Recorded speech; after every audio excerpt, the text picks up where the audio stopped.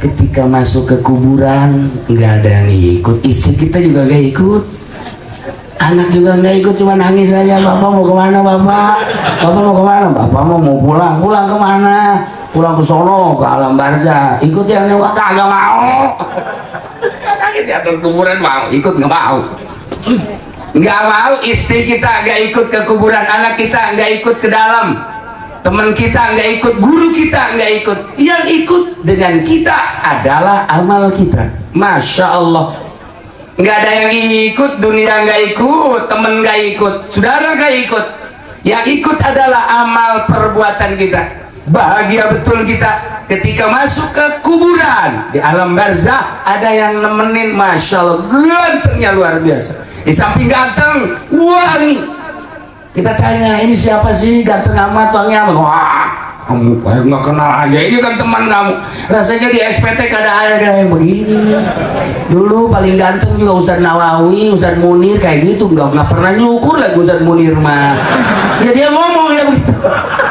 Ya Allah, nggak keburu, zikir melulu katanya. Nah ini siapa? Ini temanmu, siapa sih? Sholat, puasa, zakat, haji, tahajud, sodako, duha, pengajian ngaji. Nah ini saya, Masya Allah. Jangan takut, ntar ada yang mau nanya, malaikat munkar nakir, tenang, saya yang akan menjawab. Ya Allah, mantapnya luar biasa. Hanya itu yang ikut sama kita, yang ikut dengan kita. Nah, kalau kebetulan amal kita jelek, kita masuk ke kuburan, kan masuk aja. Masuk kita ke kuburan, saudara nggak ikut ke kuburan, istri kita nggak ikut, anak kita, apalagi teman kita, musuh kita apalagi kagak ikut. Yang ikut amal kita. Selesai dikubur, talqin, pulang semua, amal kita muncul. Pendi bangun, bangun. Ini siapa? Siapa? Ini kan temen di mana? Di mana? Enggak, saya nggak punya teman kayak gini. Dulu minimal kan kayak siapa ya? Nah ini mah kau jelek amat. Nih dengerin ya, dengerin. Dulu lu waktu gonceng si Mbak, waktu tetenya gitu-gitu itu dia. Oh inget dah. Oh iya gak usah diterusin, gua terusin lo ya. Dulu waktu nonton Lenong si itu yang sono yo, yang orang Sepatan suka hobi nonton Lenong, siapa itu? Tuh kan bener kan? Nah ini gua, lu kan bukan sekedar nonton, lu main dadu kan di situ. Nah ini gua kalah melulu lagi, main koprok. Ini gua nih. Nah ini main judi, kemudian berzina dan lain sebagainya, diwujudkan menjadi aku. Aku adalah temenmu, dan bukan sekedar di sini terus. Nanti di masa gue ikut terus. Lu jangan ikut, enggak, gue ikut terus. Di masa nyebrang di jembatan Siratul Mustaqim, gue ikut terus. Waduh, gua celaka. Emang lu mah celaka belum? Ntar nih ada yang mau nanya malaikat munkar nakir, gua gak tahu jawab. Lu kalau lu bisa jawab, gitu dah. Ini nggak bakalan bisa, dibodem lu. Oh jangan gitu gimana? Orang sholat kagak lu. Udah kita dihina di situ. Nah, ingatlah pikiran kita ke sana. Jangan terlalu memikirkan duniawi. Jangan terlalu memikirkan yang aneh-aneh dan yang bukan-bukan. Ini kita di dunia hanya mampir. Besok kita masuk ke liang lahat. Hanya sampai di bibir kuburan orang nganter. Yang ikut amal kita. Perbaikilah amal kita bagi yang belum baik.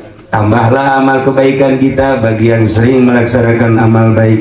Selanjutnya terus seperti wali-wali Allah, makin haus berzikir, makin haus baca Quran, makin haus tafakur, makin haus terus bertabarruk.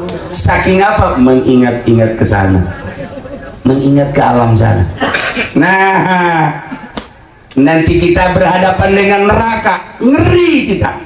Sekarang aja berhadapan dengan kebakaran kita takut. Berhadapan dengan api, takut kita. Nanti di neraka api itu 1000 tahun merah, 1000 tahun putih, 1000 tahun hitam, 1000 tahun lagi kuning. Coba itu bagaimana? Yang akan dibakarnya orang yang kayak gini-gini. Harus ribuan tahun yang kayak gini-gini dibakar, dipanggang. Kenapa? Kreditan nggak beres lu, panggang lu, awas lu. Ini hati-hati sekarang, tretet terotot ke sono jadi api lu. Ya Allah, ya Rabbi. Masya Allah. Nah, tetapi nanti neraka ada yang ampun. Hurribatin nar, neraka minta ampun, nggak mau membakar. Bagi siapa? Ala ainin damiat, bagi mata yang sering mengeluarkan air mata, nangis tengah malam. Malam nangis, ya Allah ya Rabb. Kenapa nangis? Orang Selatan juga banyak kan yang nangis kalau mau lebaran. Neng, kenapa nangis? Belum sundal. Nangis blon tuh mah. Lu kenapa sih nangis lu kan? Belum ini, ngomong. Nangis apa itu yang itu? Blon. Dia juga suka nangis. Kenapa Pak Haji nangis? Kenapa sih Pak Haji nangis? Diomelin jahe kan? Diomelin jahe aja nangis, pelet. Kalau punya kita mah nangis yang begitu-begitu aja. Anak nggak naik sekolah nangis. Kita apa namanya mau lebaran kurang fasilitas, beli ini beli itu nangis.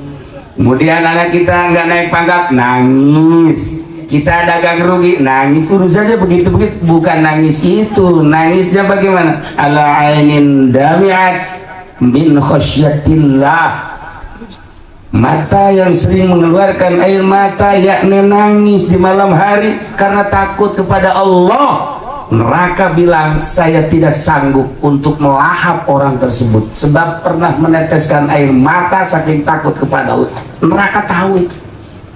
Neraka itu tahu.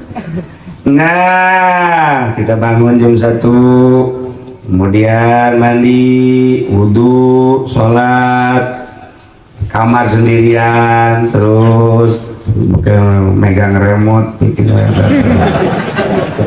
bukan nangis blon itu mah, megang remote. Maksudnya orang sekatan lo begitu. Ada bang. Ini sekarang makan begini Bang Haji Ilyas. Dulu bagi kita Bang Haji Ilyas ya.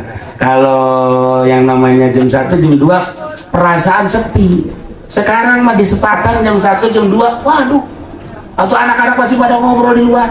Di dalam juga kelihatannya aja sepi. Di kamar ini lagi nyetel internet. Di kamar ini lagi nyetel Oppo. Oppo itu apa ya, Bo? Ya, internet juga. Kamar ono sama. Pada diem, padahal mah sama-sama lagi pada maksiat.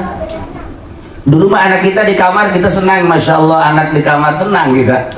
Sekarang anak di kamar jangan tenang dulu. Weh, salah mencet susu keluar. Anak ya. Ya Allah, ya Rabbi, ini akhir zaman. Jadi kita, anak kita di rumah kita juga apa namanya seneng, tapi di balik seneng teliti dulu. Sebab permainan-permainan masya Allah karim.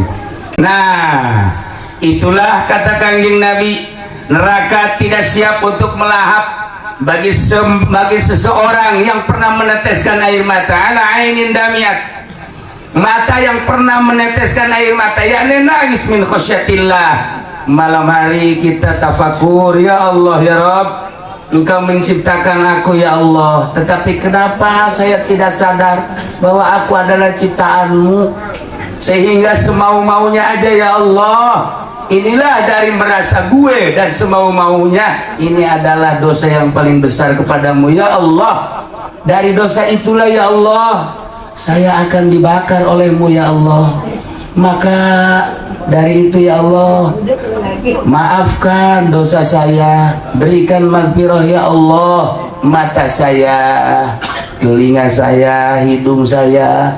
Jangan dari tahun-tahun yang dulu, dari pagi tadi aja ya Allah. Berapa maksiat yang masuk ke mata, berapa maksiat yang masuk ke telinga, berapa maksiat yang masuk ke lidah, berapa maksiat yang masuk ke perut, berapa maksiat yang ada di tangan dan di kaki ya Allah. Barangkali kalau besok saya mati kemudian tidak mendapatkan ampunanmu ya Allah, saya akan dibakar oleh nerakamu ya Allah. Saya takut dengan nerakamu. Jangan pun masuk neraka, api rokok saja saya tidak kuat ya Allah. Dengan demikian, dengan kegagahanmu dan menciptakan neraka yang begitu dahsyat, saya takut kepadamu ya Allah. Dengan takut kepada Allah, meratap kita mengingat-ingat dosa yang akan menjadikan siksa Allah. Kita takut kepada Allah sampai meneteskan mata, neraka tidak akan melahap kita. Maka ulama berupaya, berusaha menjauh dari dunia, menjauh dari pemerintah, menjauh dari masyarakat. Maksudnya menjauh bukan lari, perasaan aja. Sebab tidak mungkin kita hidup di dunia tidak bareng dengan dunia, tidak mungkin. Tapi berperasaan. Biarkan mereka datang, tapi saya denganmu ya Allah. Biarkan polisi datang, tapi perasaan saya denganmu ya Allah. Biarkan masyarakat datang, perasaan saya denganmu ya Allah. Biarkan macam-macam datang, itu mah urusanmu ya Allah, tapi perasaan saya denganmu ya Allah. Ampuni saya ya Allah. Meneteskan air mata, neraka tidak siap untuk melahap. Usahakan coba malam ini jam 1, jam 2 mandi, wudhu, sholat.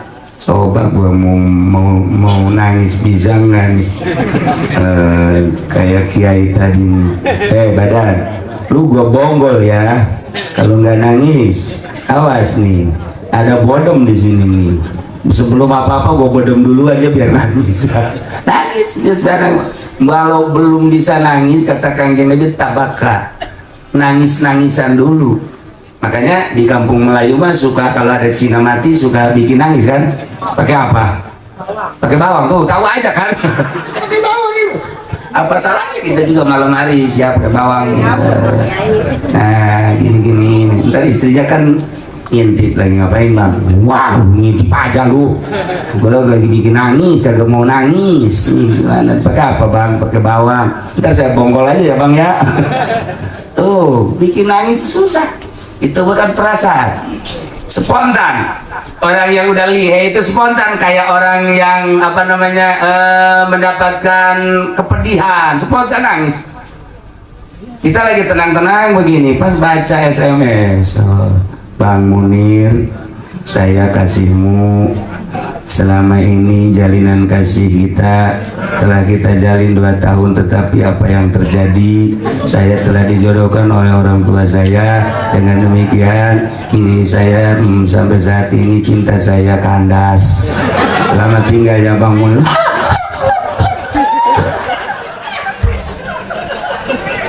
Putus cinta mah gampang nangisnya.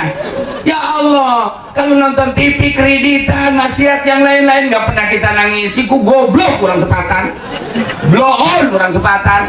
Emang wajah-wajah tolol semua ini, nggak pernah nangis. Urusan cinta mah kalau putus nangis, urusan dagang kalau rugi nangis, dan lain-lain sebagainya. Urusan maksiat nggak pernah kita tangisi. Besok mati rasain lu. Ya ini masya Allah. Yang kedua, 4 semuanya mau panjang, 2 aja. Yang kedua adalah harta. Urimatin nar ala malin, harta yang dipakai melaksanakan ibadah haji. Masya Allah.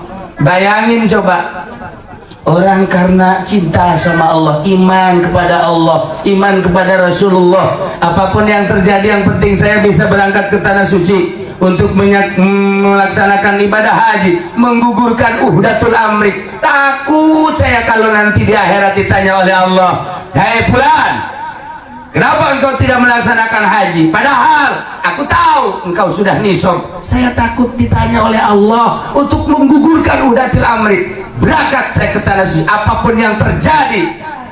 Punya sawah doang, jual. Begitu dijual kurang, anak ayam jual. Anak ayam juga masih kurang juga. Sawahnya kecil kali ya. Kecil, anak ayam dijual masih kurang juga. Masih kesana ada dah anting anak dijual juga, golong anak dijual, ntar dari sono ntar apa beli lagi. Beli di mana? Ongkos aja juga dari sini mau beli. Ya itu supaya tenang aja. Nah ini harta dikumpulin berangkat, masya Allah. Ternyata mal yang dipakai melaksanakan ibadah haji, berangkatlah dia punya nilai tersendiri. Sebab apa? Harta tersebut sama nilainya dengan dipakai jihad fisabilillah. Dan tidak ada ibadah yang terangkum tiga sekaligus: satu harta, dua badan, yang ketiga adalah pemikiran. Semuanya ada, hartanya kita siapin, badannya kalau nggak sehat juga nggak bisa, pemikiran kita juga sama. Maka sama dengan jihad fisabilillah, harta yang kita setorkan ternyata punya nilai luar biasa. Begitu pulang dari haji, inilah mendapatkan predikat haji mabrur. Maka Allah mengatakan melalui kanjeng Rasulullah, al hajjul mabrur laisa lahu jazaa'un ilal jannah, kecuali surga. Pantas kalau Nabi pernah mengatakan harta yang dipakai berjuang menunaikan ibadah haji, melaksanakan ibadah haji bukan sembarangan harta, ternyata nilainya sama dengan jihad fisabilillah, dan neraka tidak sanggup untuk melahap orang seperti itu. Alhamdulillahirabbil alamin. Masih dua lagi panjang, yang dua mah itu mah ahli tasawuf nanti ke sana, terus ahli-ahli toriko, itu mah nanti kapan-kapan aja lah. Di sini mah kan kelihatannya jangan-jangan tasawuf ini, kredit aja masih, itu mau dikasih tasawuf bagaimana itu? Tasawuf kan udah yang udah apa namanya, tasfiyatun nafsi, membersihkan diri, udah menjauh dari yang begini begitu. Nah seharusnya orang yang umurnya udah 40, udah mulai 50, udah siap berangkat. 60 mayoritas kan umur umat kanjeng Nabi itu tidak jauh dari umur kanjeng, 63. Maka tadi Haji Ato umurnya udah 78, kata saya udah kelebihan ini. Iya udah kelebihan, sebenarnya udah di demo juga boleh boy. Itu urusan Allah itu mah. Kalau lagi lihat masih muda dia, umurnya lebih dikit sama saya lah. Iya, tapi kelihatannya aja tua, kebanyakan uang kali ya. Iya, makanya kelihatannya tua.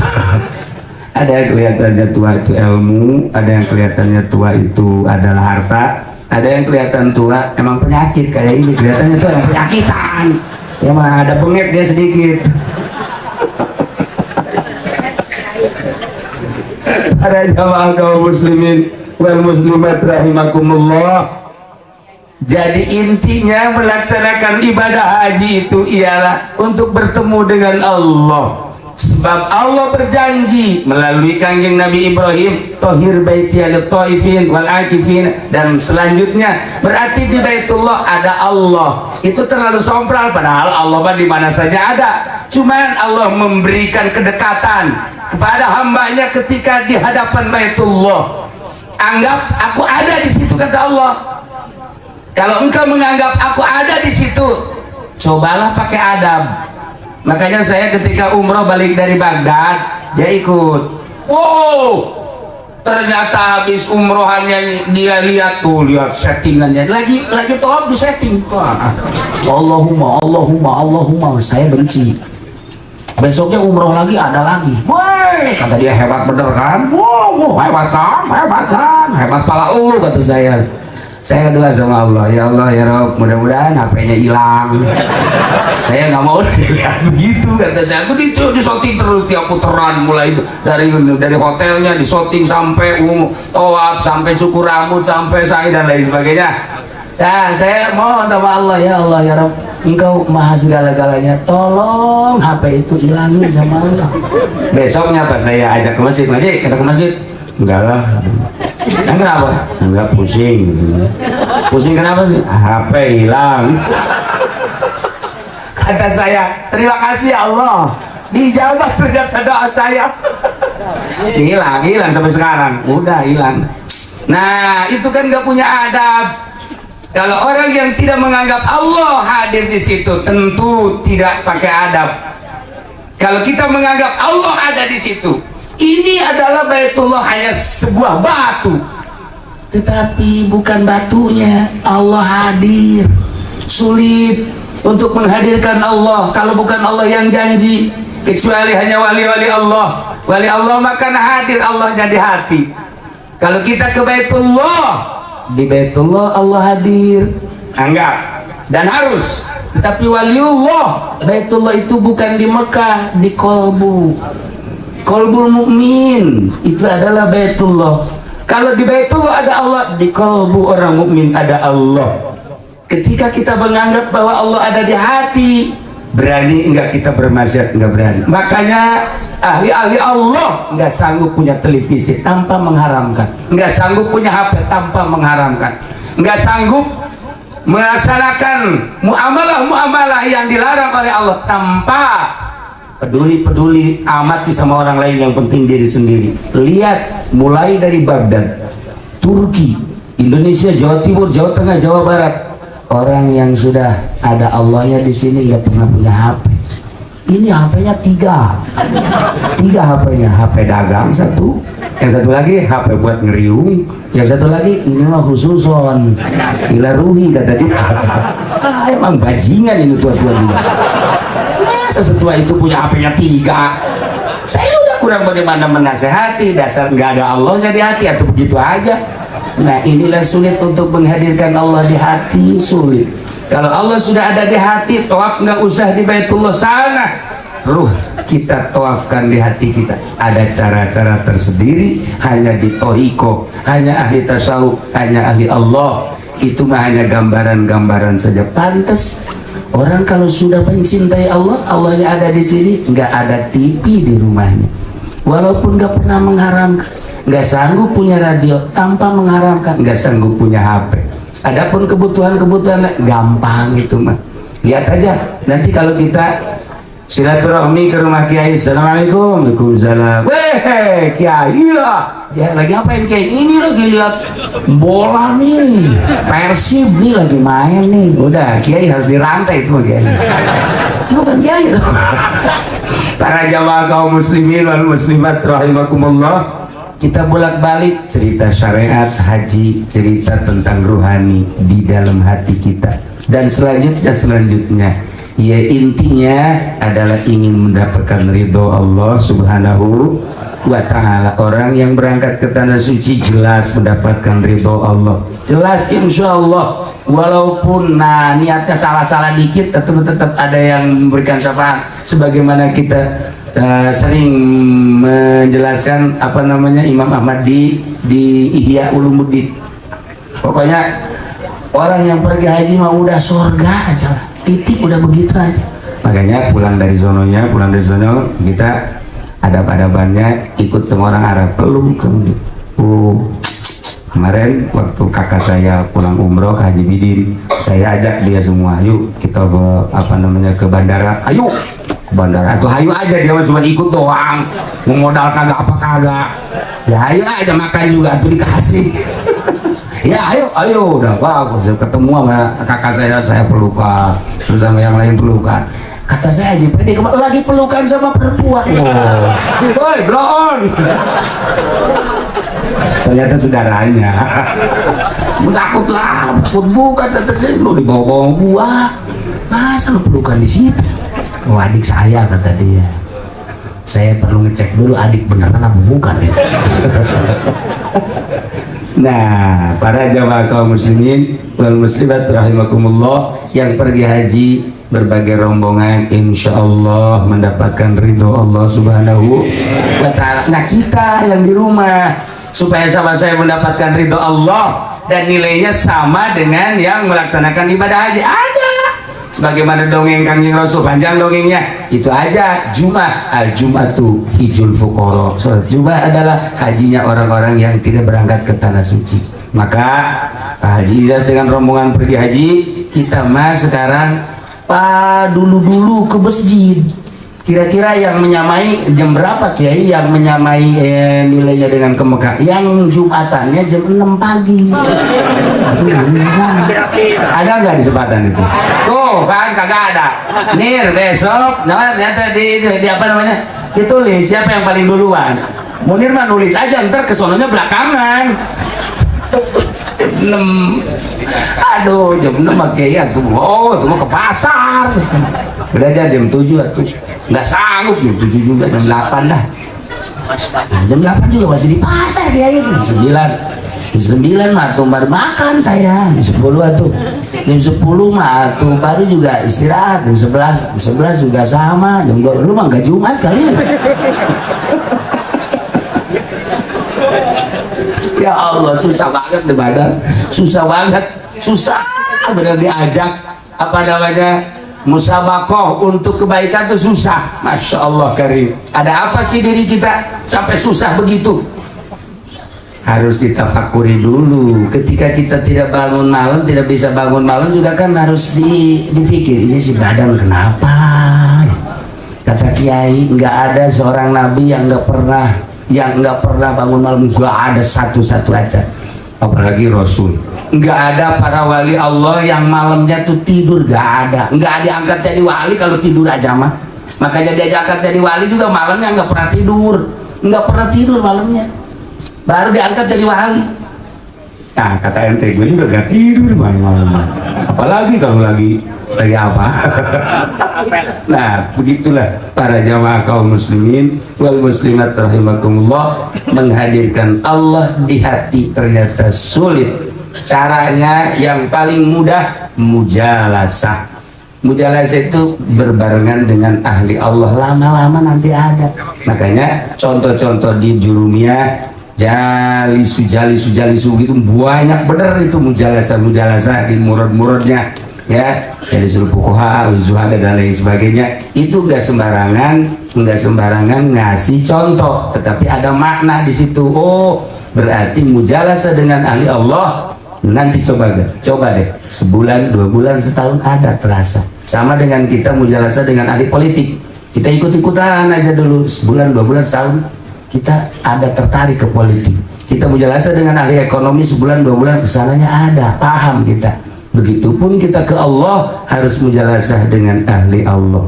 Para jamaah kaum muslimin wal muslimat rahimakumullah, itulah uraian yang dapat saya sampaikan. Pertama ialah mengenai ibadah haji sekilas. Intinya ialah rasa iman yang luar biasa kepada Allah, sanggup meninggalkan tanah air, rumah, saudara, anak, perusahaan, itu timbul dari iman. Allahumma iman dan bika wa tasdiqom bi kitabika. Belum masih panjang wa faham biadika wa tibaan li sunnatin nabika Muhammadin sallallahu alaihi wasallam, masih panjang, terlalu panjang. Yang paling indah sekali dari rangkaian ibadah haji ialah ketika kita bertemu dengan Kangjeng Rasulullah sallallahu alaihi wasallam. Kita sampai ke Madinah, jangan anggap Kangjeng Rasul wafat. Kangjeng Rasul itu ada dan selalu dia melihat siapa yang datang. Kalau saya jelaskan tentang keajaiban di Madinah, baik diri saya yang merasakan atau beberapa ulama yang pernah merasakan, luar biasa. Insya Allah kapan-kapan saya pernah merasakan sesuatu yang indah di Madinah dan yang unik, yang ajaib. Itu bagi diri saya yang hina, apalagi ulama-ulama ahli Allah yang luar biasa nggak meninggal. Kalau saya baliki pernah pernah ketemu dengan Rasul, bukan ketemu mimpi, ketemu langsung 2 kali, ketemu langsung. Almarhum Abah juga pernah ketemu di Madinah. Saya ke Madinah, terus diajak ke masjid, besoknya ke masjid lagi, hari ketiga ke masjid, hari keempat nggak ke masjid, hari kelima nggak ke masjid. Saya tanya, apa kan ke masjid? Ke masjid sendiri. Yang lain nggak pernah nanya, saya tanya. Setelah nanya, kok biasanya abang magiat masih iman enggak? Terus saja ngejawab di Mekah. Kata abah di dawan ke Madinah, cek ke Kangjeng Rasulullah dia ke kamar. Saya jadi bingung sama abah, pantes ya udahlah, banyaklah yang lain-lain. Habib Lutfi juga sama, ketika ke Madinah ketemu Nah banyak kalau saya ceritakan ahli-ahli Allah di Indonesia aja, ulama-ulama yang ketemu, Masya Allah. Apalagi mimpi yang puluhan kali mimpi, yang beberapa kali mimpi, indah benar. Nah ini kita ketemu akan ke Madinah, jangan punya anggapan bahwa Kangjeng Rasul nggak ada. Jangan punya anggapan Kangjeng Rasul itu apa. Kangjeng Rasul mapang kita, Masya Allah. Saya dengan Abah dulu ada satu keajaiban, yang pertama itu. Jadi kegencet luar biasa, kegencet sampai bingung. Saya kan di belakang Abah yuk kegencet, saya kegencet. Maksud di belakang tadinya kan mau ngituin Abah, ternyata saya kegencet juga. Yang muda, tiba-tiba ada orang tinggi dari orang Arab ke atasnya masih setengah meter. Tinggi, ganteng, cuma nggak pakai peci, gede. Dia berangkat dari di belakang, dari Babu Salam. Saya lihat, itu orang cepet amat, cepet. Pas di sini nyolek saya, nyolek Abah ke depan. Dia isyarat, ikut, nggak ngomong, cuma isyarat doang, ikut. Kan kita di belakang orang gede, enak. Nggak macet. Sampai di matong Kangjeng Rasul. Saya disuruh salam dulu, Abah salam. Setelah sampai keluar, kemudian saya cari sendal, cuman kedip doang orang itu nggak ada. Kedip doang orang itu nggak. Masih banyak cerita-cerita yang lain. Di antaranya kemarin saya waktu bulan Ramadan umrohan, sama mendapatkan sesuatu yang unik. Yang uniknya apa? Di Rawadhan tuh macet di Rawadhan. Saya hari pertamanya ikut macet, hari kedua dibawa oleh askar ke dalam. Jadi saya di Rawadhan itu dikawal sama askar, dikawal terus sampai ke makam Kangjeng Rasul, sampai keluar lagi. Udah di luar baru bingung, saya kok dikawal ini. Ini juga pengen dikawal, sama pengen dikawal, cuman sama jin dia mau dikawal. Sama aja sih. Itulah di Madinah kadang-kadang ada yang aneh begitu. Nah, titip dari almarhum Abah, selama di Madinah baca sholawat 4.444, harus 4.444, lebih nggak masalah, jangan kurang, insya Allah. Sholawatnya terserah yang mana yang seneng, pokoknya jangan kurang dari 4.444. Itulah di Madinah, dan anggap bahwa tanah Madinah semuanya pernah diinjak oleh Kangjeng Rasul. Cerita Kangjeng Rasul dan Madinah masih panjang dan sangat menarik dengan Kangjeng Rasul yang luar biasa. Insya Allah kapan-kapan.